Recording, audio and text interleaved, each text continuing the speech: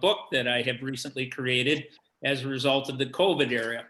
I graduated in 1979 from Zumbrota, Minnesota, and moved up to the big city of Minneapolis. And at that time, it was a very tough economy. And I pursued employment and ended up taking a couple of part-time jobs, but one of them was in bill collecting. So I became a debt collector, and I worked for a gentleman for about 22 years, Mr. Arndt with Receivables Control. And he eventually sold his business, which gave me an opportunity to go out on my own. And I left on very good terms with Mr. Arndt and the current employees that I had at the time, to where they became a minority shareholder in a new entity that we started in 2003 called Bjorn Corporation. I am on LinkedIn and certainly would invite any of you to ask me to become a LinkedIn partner with you. My wife, Balan, is the lady that I'm going to talk about in the book. And the name of the book is Balan's Journey of Hope. And I met Balan back in 2009. We've been married now for 11 years. And Balan is currently a nurse. She works in case management. And I was just fascinated with her story of her past. She grew up in Mogadishu. And if you can imagine, you have a day where you wake up and your mother, which is behind me here, this is a photo that I wanted to show. This is the one item that Balan took with her from Mogadishu when she fled. She rolled up this photo and put it in a backpack. It's her mother and Balan when she was 2 years old. Her mother owned a high-end jewelry store in Mogadishu, and the name of the store was Balan. And her mother basically gave her a kiss and was on the way to Dubai on some business, and happened to take along jewelry, which will become an asset to help their family under the circumstances. Later in the day, a civil war breaks out in Somalia. Her father is the director of education in the country. So if you had a diploma, her father's name was on the diploma. And they lived in the presidential area. So they had an extremely good lifestyle. It was a dictatorship that was the current government. And with the Civil War breaking out, obviously Balan's family had to flee as a result of the threat for their life. So it was a very intense moment for her with a lot of rapid change. Her father was very confident that the warlords were not going to overtake the current government. So he was a type A personality that was very confident in taking charge of the situation. But unfortunately, things took a turn for the worse, and the family had to break up. And her father had a strategy to where he was going to have an Italian plane come pick her up with a cousin of hers that was 5 years old at the time. And she was accompanied by one of the workers that lived at their home. And surprisingly, the plane had its own problems. And I don't want to divulge everything that happens, but the plane didn't pick her up. And her father did arrange for another way for her to get back to safety. And the family ended up going to Kenya. And from there, the Lutheran Brotherhood organization, and there are other world organizations that helped in the chaos to get families reorganized. And it's just a fascinating story that I was able to put together for about 5 years. I went to work about January of 2020 as far as actually writing it out, because I had over time picked up interviews of speaking to her father and her mother and her brothers, and was able to put this all together, which just fascinated me. I deliberately took the story from the beginning of the event and not divulging to the reader what was going to happen. I played it through the timeline that this is what was happening.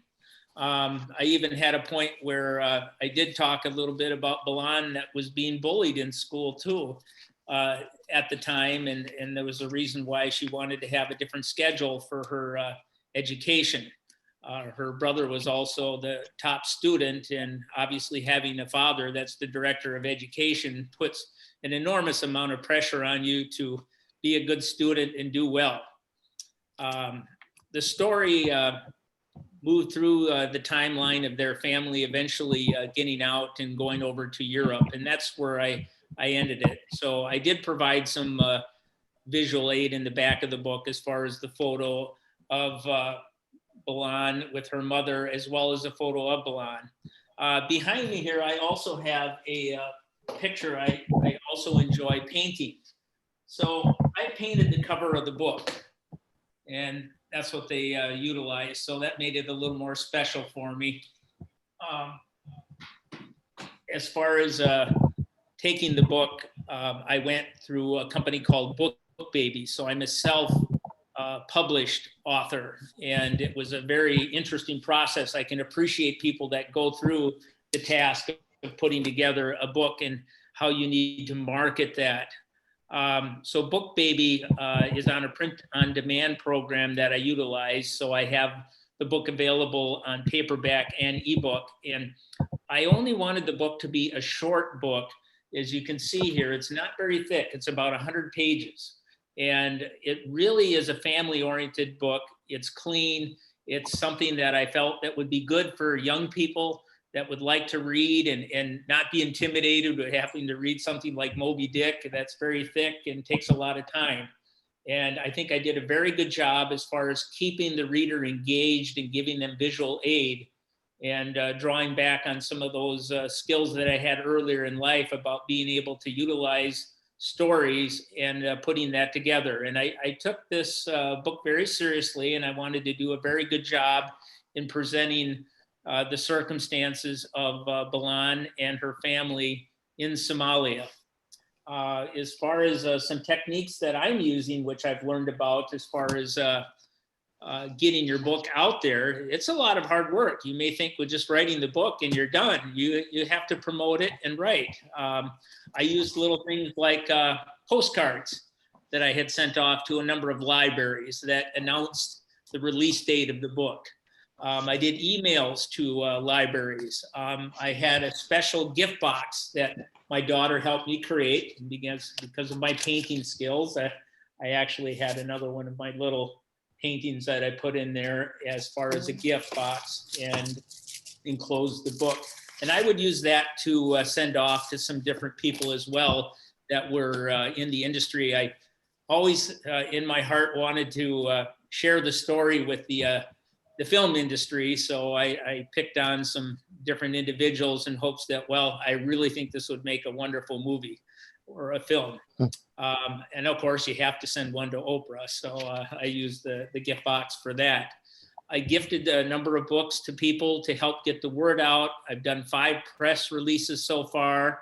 I have some media contacts that I have through my experience of work. I used to be a volunteer with the Minnesota Thoroughbred Association. I was the president of that association, and that opened up my world to a number of different newspaper journalists and people that would do radio interviews. So I have some of those lined up as well to help promote. And of course, you want to utilize your family. I have a daughter that's an influencer.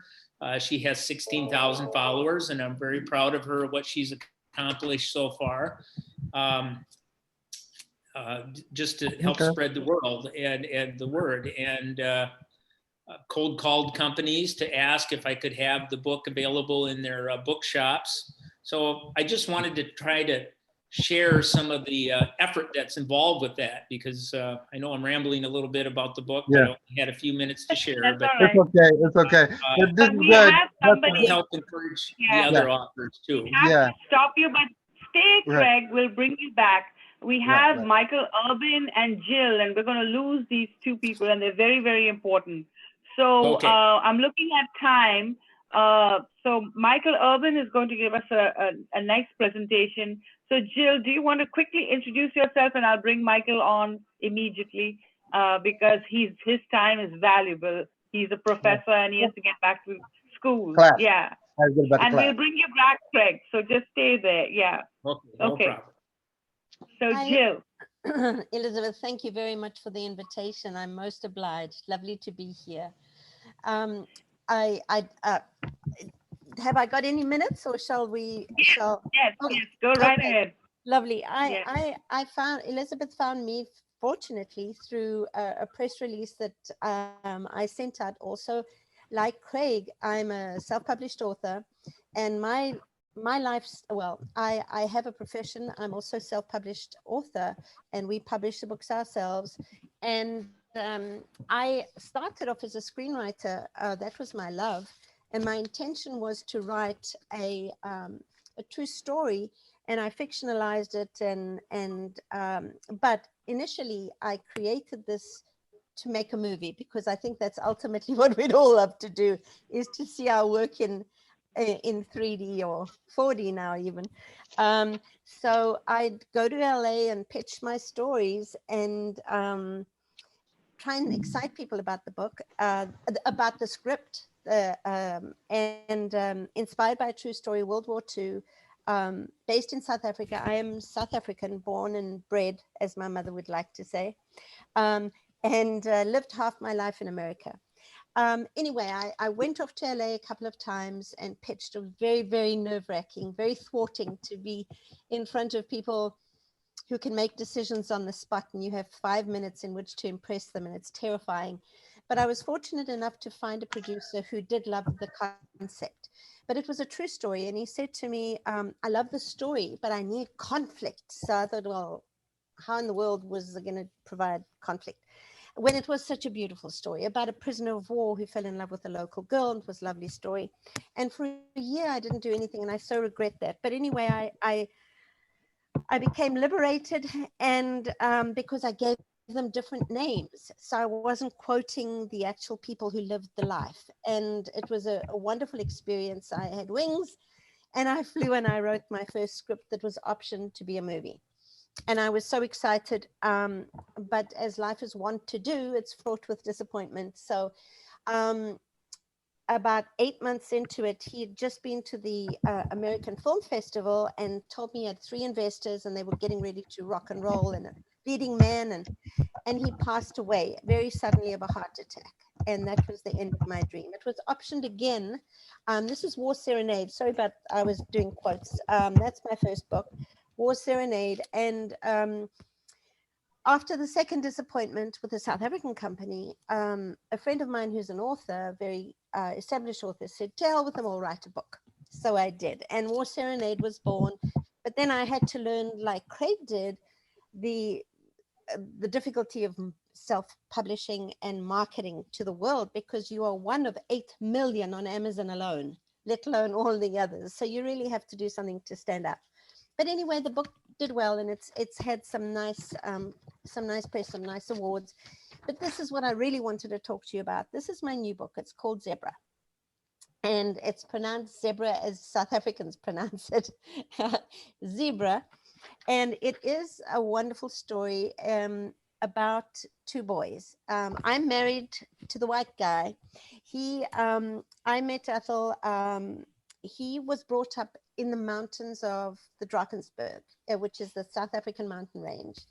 It is a gorgeous place. It was very isolated. His parents owned a hotel there, and he was 4 years old when they bought the hotel, and his parents were thrust into this new business. They had no idea of how they were going to control a 4-year-old and learn the hotel business. And they put him in charge. A Zulu young guy, 5 years older than he, was put in charge of Ethel to teach him and keep him safe. And over the years, they became fast friends. And Ethel knows so much Zulu and learned the Zulu culture through his friend Papin. And his father was very liberal in those days, which was in the 1950s, 1960s South Africa. And he built a school on a hotel property for all the children of the hotel.